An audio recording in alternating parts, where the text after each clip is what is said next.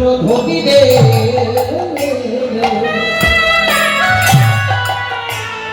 শুনো ধোবি রে দেখে ভাব মনেতে পড়েছে অবশ্যই পুরাবিনী ভাব গোড়া মনেতে পড়েছে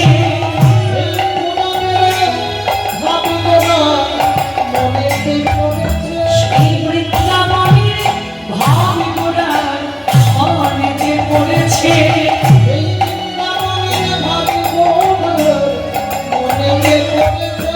মনে পড়বে না কেন মনে পড়বে না সে যে রাধা কৃষ্ণ একাকৃতি মনে পড়বে না কেন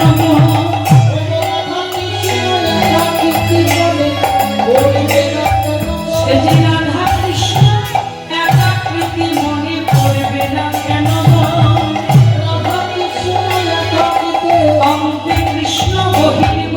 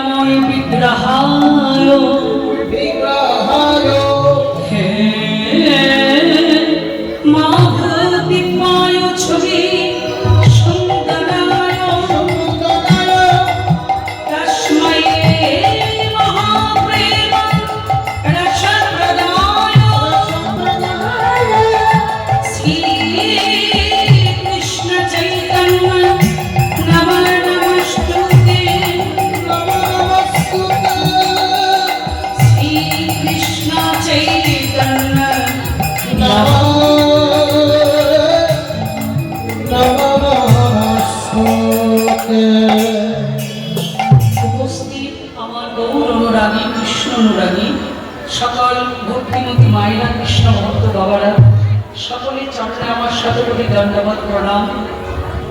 চলুন আমরা আজকে লীলারস আস্বাদন করতে বসেছি। বৃন্দাবন লীলাগোড়ার মনেতে পড়িল।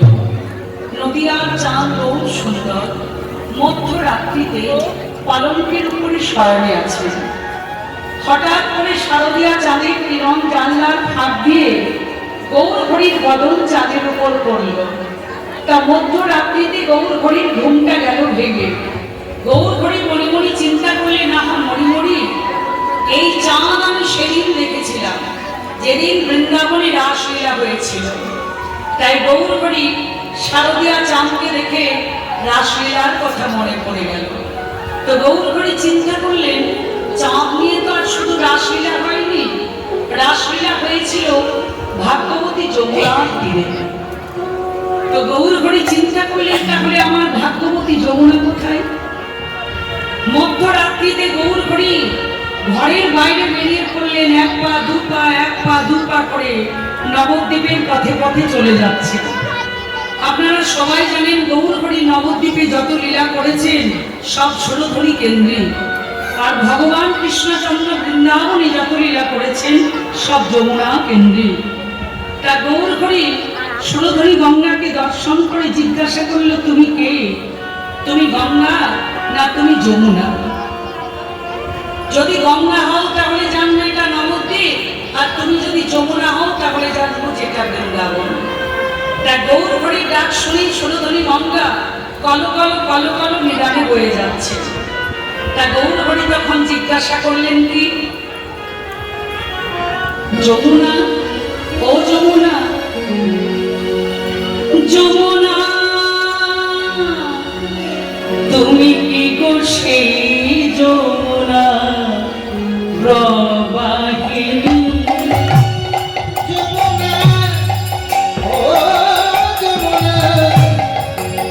তুমি কি করছিলে যমুনা প্রবাহিনী?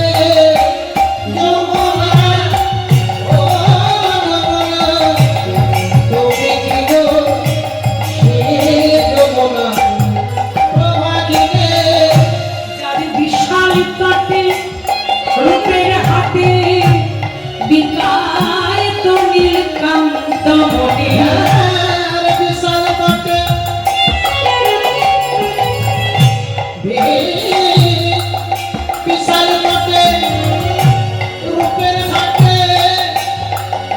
তাই তুমি কান্ত মনে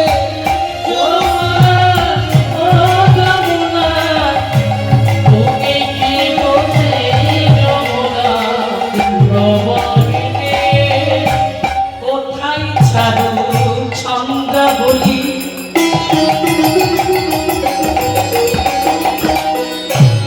কোথায় বাঁশি জগৎকেলি কোথায় করো চন্দা বলে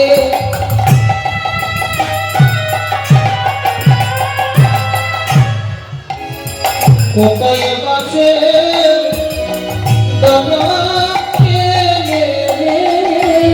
কোথায় রাসবিহারী বংশীধারী রাসবিহারী বংশীধারী বামে তেরাই বিনোদিনী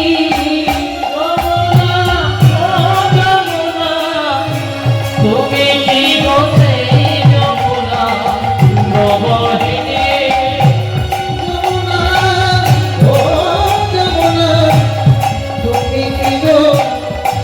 যমুনা নবহিনী তাই গৌর হরি বলছে যমুনা তুমি কি সেই যমুনা গৌর হরি ডাক শুনি সুরধনী গঙ্গা বলছে প্রভু আমি একটা ছোট্ট নদ তুমি আমাকে জিজ্ঞাসা করছো যে আমি কে গৌর হরি আমি তো কথা বলতে পারি না যারা কথা বলতে পারে তুমি তাদেরকে জিজ্ঞাসা করো গৌর হরি বলল রে যমুনা গঙ্গা সিন্ধু নর্মদা কাবেরী বহিয়া চলেছে কই রে আগের মতো মানুষ কই বৃন্দাবনে যে মানুষগুলোর সঙ্গে আমি কথা বলতাম সেই কথা বলার মানুষগুলোকে আমি তো এখন খুঁজেই পাচ্ছি না তাই আমি জিজ্ঞাসা করছি যে তুমি গঙ্গা না তুমি যমুনা তখন দাদা নিত্যানন্দ বলছে এই বিমান বলি মধ্যরাত্রিতে তোর মাথাটা কি সত্যি খারাপ হলো আমি না হয় ভুল করতে পারি আমার বীরভূম জেলাতে জন্ম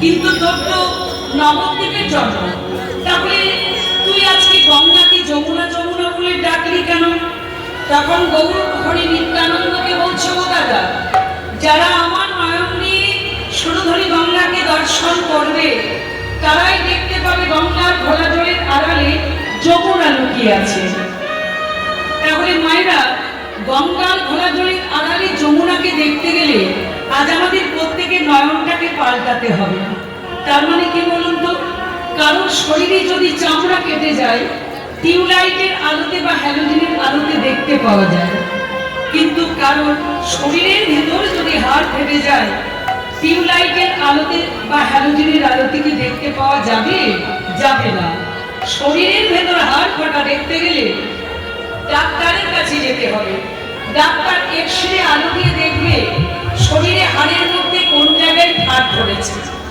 তাই দেখুন গঙ্গার ঘোলা জলের আড়ালে যমুনাকে দেখতে গেলে আজ আমাদের প্রত্যেকের নয়নটাকে পাল্টাতে হবে তার মানে কি বলুন তো জ্ঞানের নয়নের বিকাশ ঘটাতে হবে তো বাবা জ্ঞানের নয়নের বিকাশকে ঘটিয়ে দিতে পারে এই কলিযুগে একমাত্র ডাক্তার বাবা কোন ডাক্তার গুরুরূপী ডাক্তারই পারেন আমাদের জ্ঞানের নয়নের বিকাশ ঘটিয়ে দিতে আর যেদিন আমাদের জ্ঞানের নয়নের বিকাশ ঘটবে সেদিন শুধু গৌর হরি নয় আমরা সবাই দেখতে পাবো গঙ্গার ঘোলা জলের আড়ালে যমুনা লুকিয়ে আছে তাহলে গৌর হরি চিন্তা করলেন আমি যে রাসলীলা করব শারদীয়া চাঁদ পেলাম ভাগ্যবতী যমুনাকেও পেয়ে গেলাম একটু পরে আপনারা সাধন করবেন ফুল্ল মল্লিকা মালতী জ্যোতি গৌর হরি মধ্যরাত্রিতে চিন্তা করলেন কি তাহলে মালতী জ্যোতির বাগান কোথায় আবার গৌর হরি নবদ্বীপের পথে পথে এক পা দু পা করে নবদ্বীপের পথে পথে চলে যাচ্ছে আর উনি দর্শন করলেন কি ও ফুলবানা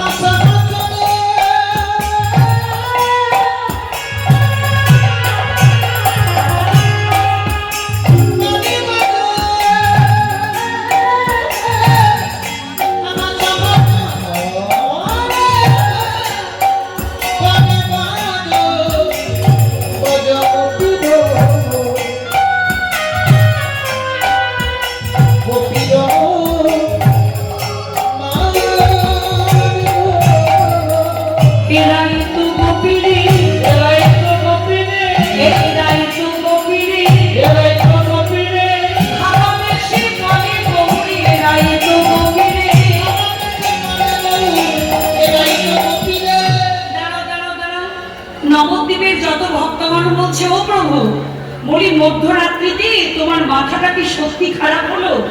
তুমি কাদেরকে গোপী বলছো প্রভু?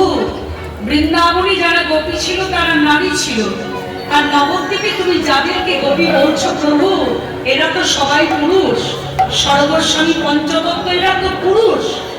গৌর হরি বলছে শোনো, আজ আমি যাদেরকে গোপী বললাম নবদ্বীপে তারা হয়তো পুরুষ, কিন্তু এরাই বৃন্দাবনের গোপী ছিল। তার প্রমাণ কি জানো? ব্রজগোপীদের একটা দুঃখ ছিল। ব্রজগোপীরা গোবিন্দকে বলতো যে হে গোবিন্দ, তুমি মণি নও, মানিক নও যে তোমাকে আমরা হিয়ার মাঝারে রাখবো। হে গোবিন্দ, তুমি আমার ফুল নও যে তোমাকে আমরা কেশের মধ্যে বেঁধে রাখবো। নারীরা করিত বিধি তুয়া কোনো হেনবিধি লইয়া ফিরিতাম দেশে দেশে। তাই ব্রজগোপীদের দুঃখ ছিল। তাই সেই ব্রজগোপীরা গোবিন্দকে বলতো হে গোবিন্দ, বিধাতা আমাদেরকে গোয়ালিনী করে পাঠিয়েছে। আমরা যদি গোয়ালা হতাম তাহলে তোমাকে আমরা হিয়ার মাঝারে রেখে যেখানে খুশি যখন খুশি ঘুরে বেড়াতে পারতাম, কিন্তু বিধাতা আমাদেরকে নারী করেছে। তাই ব্রজগোপীদের দুঃখ ছিল।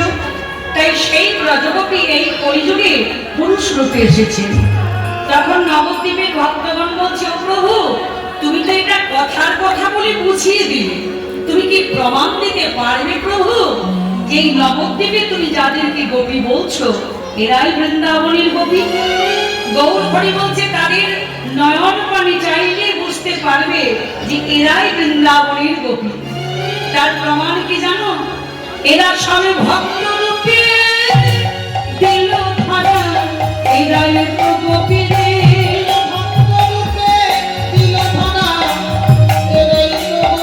এরা ভক্ত রূপে দিল ধরা, এরাই তো গোপী রে।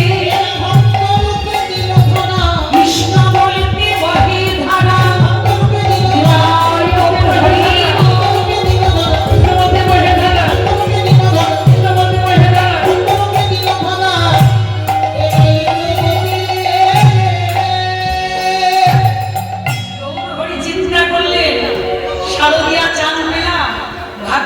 যমুনাকেও পেয়ে গেলাম, ফুল্লমল্লিকা মালতী জ্যোতির বাগানও পেয়ে গেলাম। এবার মহাপ্রভু চিন্তা করলেন আমি রাসলীলা করব কোথায়? না শ্রীবাসানীনাথে। তাহলে মায়েরা, ভগবান কৃষ্ণচন্দ্র যখন বৃন্দাবনী রাসলীলা করেছিলেন, বাঁশি বাজিয়েছিলেন, ব্রজগোপীদের মনকে মোহিত করেছিলেন, আজকে এই নবদ্বীপে মহাপ্রভু রাসলীলা করবেন, তো আজকে বাঁশি বাজছে। কোথায় বাঁশি? কৃষ্ণের বাঁশি যখন জানতে পারলো যে কৃষ্ণ কলিযুগে গৌর হবে, তখন বাঁশি বলল প্রভু তুমি তো কলিযুগে গৌর হবে, কিন্তু আমার দশা কি হবে? তখন ভগবান বললেন ও বাঁশি, আমি যেদিন কলিযুগে গৌরাঙ্গ রূপে যাব, বাঁশি তোমার আধ্যাত্মিক অংশ কলিযুগে শিখর রূপে গিয়ে কীর্তনে আসরে বেজে কলিযুগের মানুষের মনকে মোহিত করে তুলবে। আর বাঁশি তোমার আধ্যাত্মিক অংশ কলিযুগে পদকর্তা বংশী দাস রূপে জন্মগ্রহণ করে আমার বাঁশি তত্ত্ব জগতের কাছে প্রচার করবে। তাই আজকে মহাপ্রভু রাসলীলা করছেন ভক্তগণকে সঙ্গে করে। এবার রাসলীলা করছেন কোথায়? না শ্রীবাসানীনাথে। কেমন ভাবে? ও খড়গপুর আলো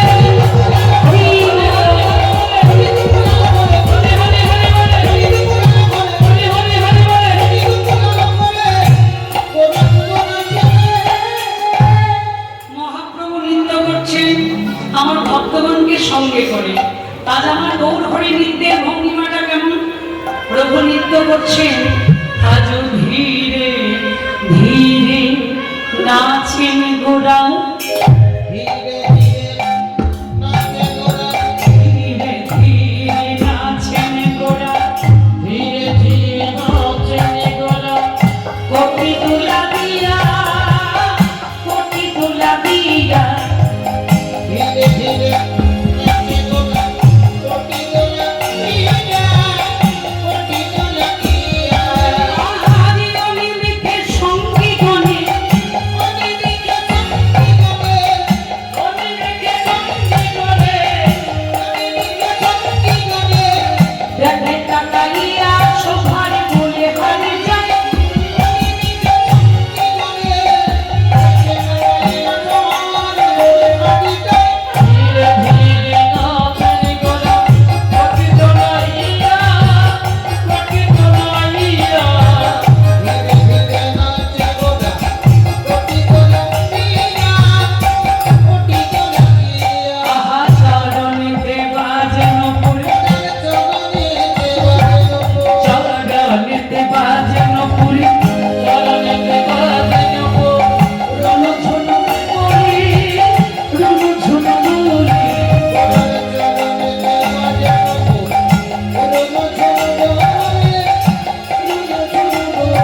আর মালতীর মালকিবা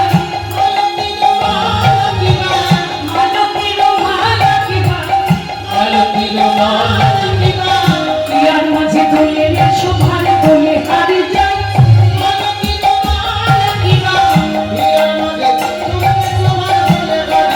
ধীরে ধীরে নাচেন গোরা কোটি তোলাইয়া কোটি তোলাইয়া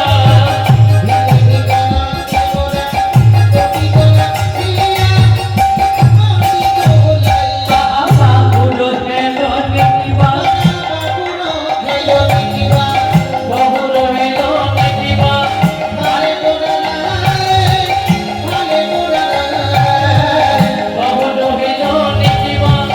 গলে গলে গলে গলে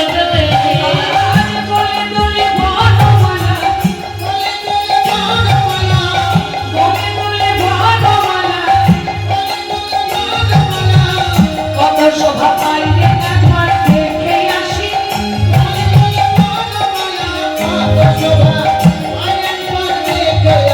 ধীরে ধীরে নাচেন গোরা কোটি তোলাইয়া কোটি তোলাইয়া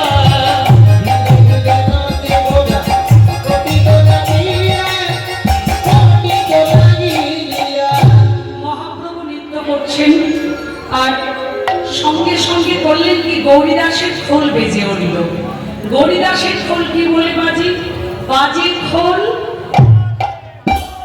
ধিকো দাম ধিক ধিক তাকে ধিক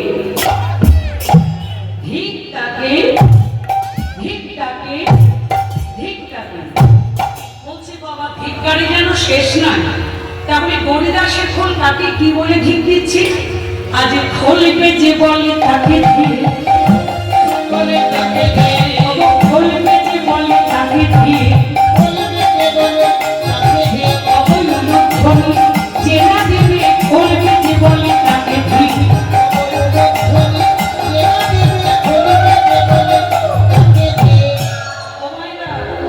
ওই দেখি আপনারা কেমন অনুধ্বনি করতে পারেন সবাই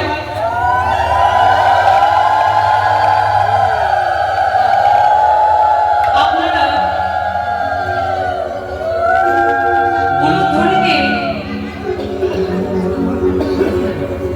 উলুধ্বনিতে যদি প্রথম হতে পারেন আপনাদের রাধারানী জিতে যাবে কেমন মাঝে মাঝে উলুধ্বনি দেবেন বাবারা হয়তো ভাবছেন আমরা বেঁচে গেলাম আমাদেরকে কিছু বললো না মহিলারা কিন্তু আর একটা কথা আপনারা যদি হরিধ্বনিতে প্রথম হতে পারেন তাহলে আপনাদের শ্যাম জিতে যাবে কেমন তাহলে খোল বেজে বলে তাকে ধিক খোল বেজে বলে তাকে ধিক খোল বেজে বলে তাকে ধিক হরিধ্বনি চেনা দেবে খোল বেজে বলে তাকে ধিক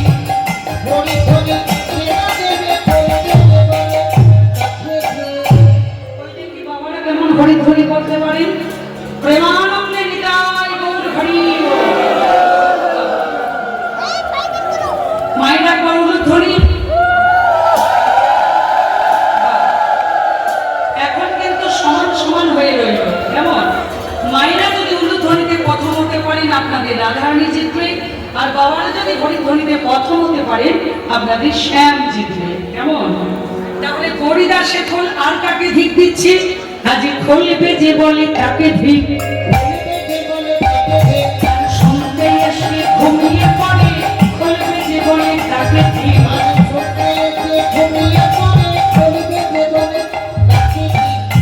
এখানে মায়েরা গান শুনতে এসে কেউ কিন্তু ঘুমোবেন না।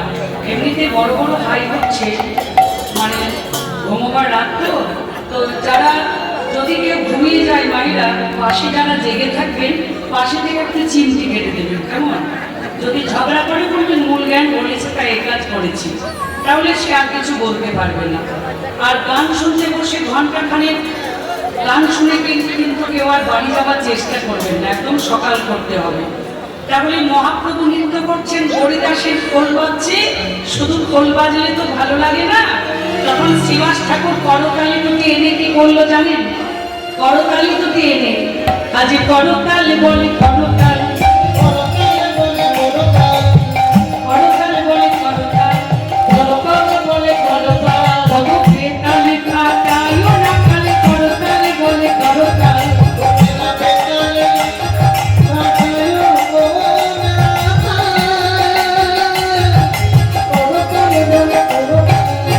আবার করতালি বললো, শোনো, করতালিটা যখন তখন দিলে হবে না, কখন দেবে জানো? তোমরা মাঝে মাঝে ফাঁকে দাও, করতাল বলে করতাল।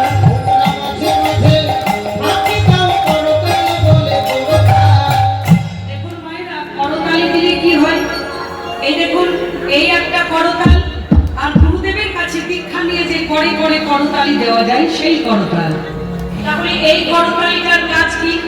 মনে করুন বৃক্ষে এক ঝাঁক পক্ষী বসে আছে, কেউ যদি বৃক্ষের নিচে গিয়ে এইভাবে তালে তালে করতালি দেয়, তাহলে কিন্তু পক্ষীগুলি ভয়ে উড়ে চলে যাবে। তো সেই রকম এখানে যারা কীর্তন শুনতে এসেছে, আমাদের প্রত্যেকের শরীরটা কিন্তু একটা বৃক্ষের মতো। আমাদের শরীরে অনেক অনেক পাপময় পক্ষী আছে। তাদের নাম কি? না কামনা বাসনা স্বরূপ এই যে আমাদের দেহে পাপময় পক্ষী, এগুলোকে দূর করা যায় কি দিয়ে? না আপন আপন কুলগুরুর কাছে দীক্ষা নিয়ে যে করে করে করতালি দেওয়া যায় সেই করতালি দিয়ে। তাহলে শ্রীবাসের করতালি কেন বললো? ওগো কলির জীব, মাঝে মাঝে ফাঁক দাও, করতাল বলে করতাল। যারা গান বাজনা খুব ভালোবাসেন, বোঝেন, তারাই কিন্তু এত রাত্রিতে এখানে বসে আছে। তো গান বাজনাটা কেমন হয় তোমায়রা? এ দেখুন, তাল ফাঁক, তাল ফাঁক, এটার মানে কি?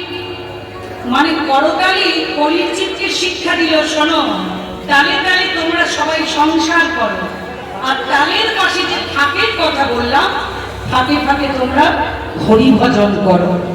তাহলে সংসারের তালে আমরা তাল দিয়ে দিলাম, এবার তালের পাশে যারা ফাঁক দিতে জানে তারাই কিন্তু এই হরিবাসরে এসে বসেছে। আর যারা তালের পাশে ফাঁক দিতে জানে না, তারা বাড়িতে মাথায় বাড়ি সেটে সুন্দর করে ঘুমোচ্ছে, কিন্তু তারাই জীবনে বেতাল করল। তাহলে মহাপ্রভু নৃত্য করছেন, হরিদাসের খোল বাজে, শ্রীবাসের করতালি বাজে। আর আমার নিত্যানন্দ ঠাকুর কি করলো জানেন? আমার নিত্যানন্দ নাচে রে,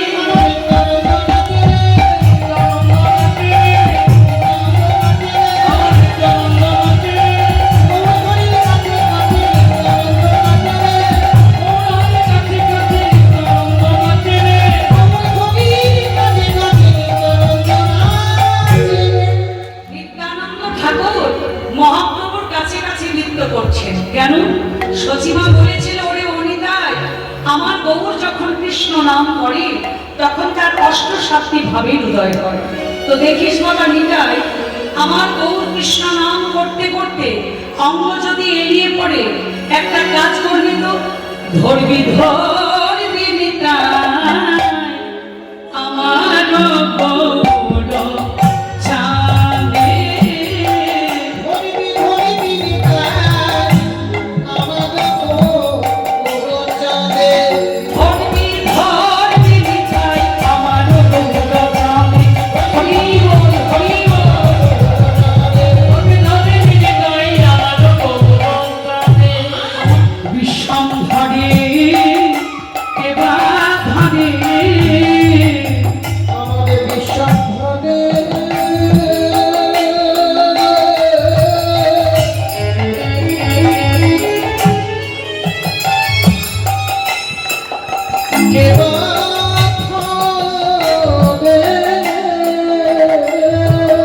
আমার ধরণী নিতায় বিনে বিশ্বম্ভরে এবার ধরে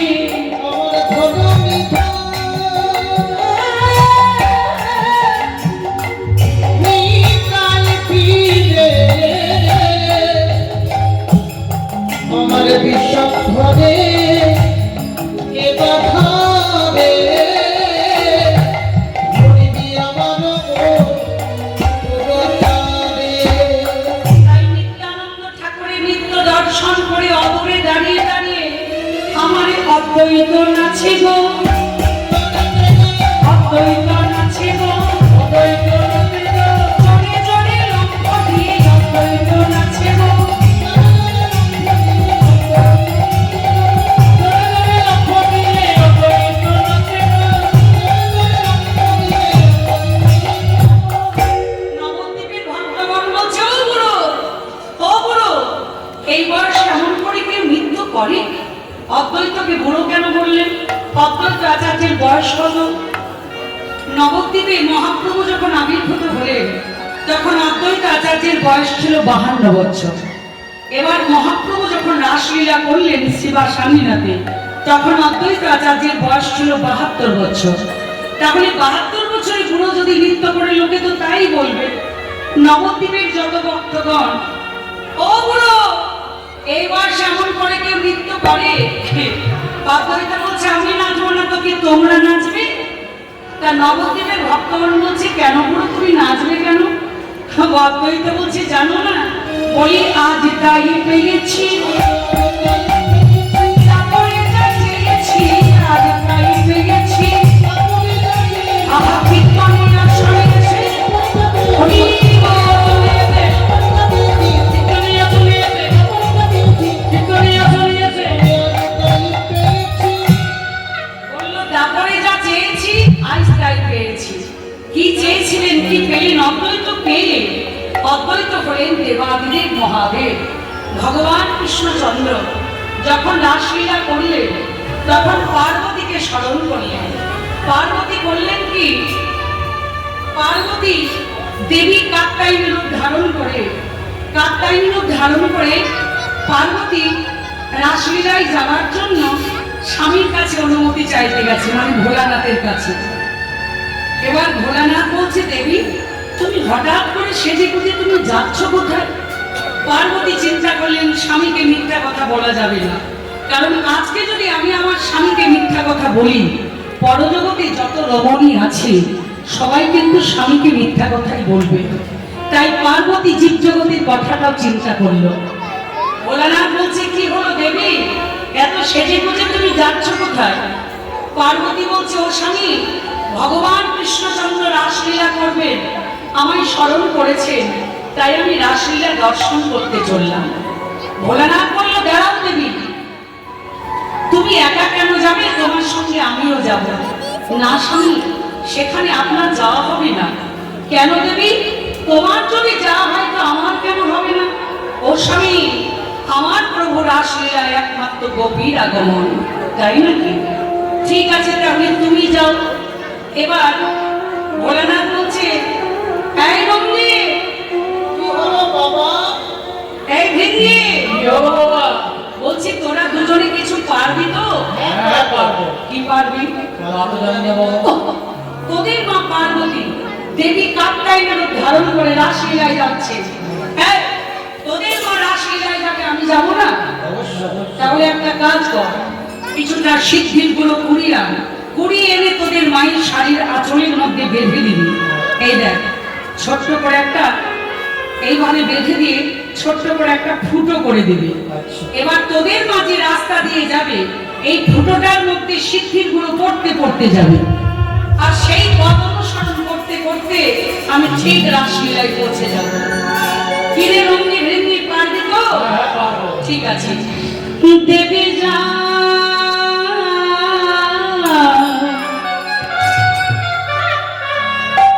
নেচে নেচে যায় গৌরী,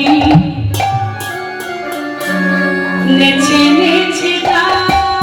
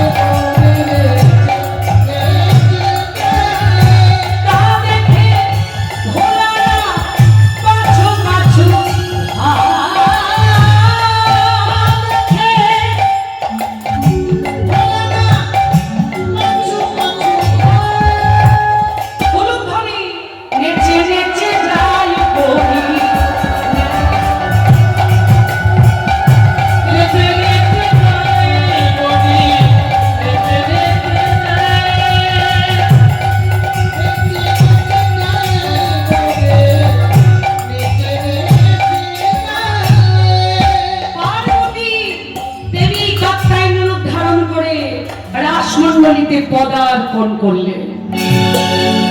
ভোলানাথ দরজার সামনে গিয়ে দাঁড়িয়ে গেলেন। দেখছেন যতগুলো গোপী ততগুলোর মাথায় ঘোমটা দিয়ে ঢাকা। আমার মাথাতে তো জটা। তা আপনারা জটার ঘোমটা এক জিনিস নয়, ভোলানাথ চিন্তা করল। এবার ব্রজগোপীরা যখন ওই বাঁশি শুনে বিষ্ণুর কাছে ছুটে যাচ্ছিল, কোন কোন ব্রজগোপী গায়ে ওড়না রাস্তার মধ্যে পড়ে গিয়েছিল।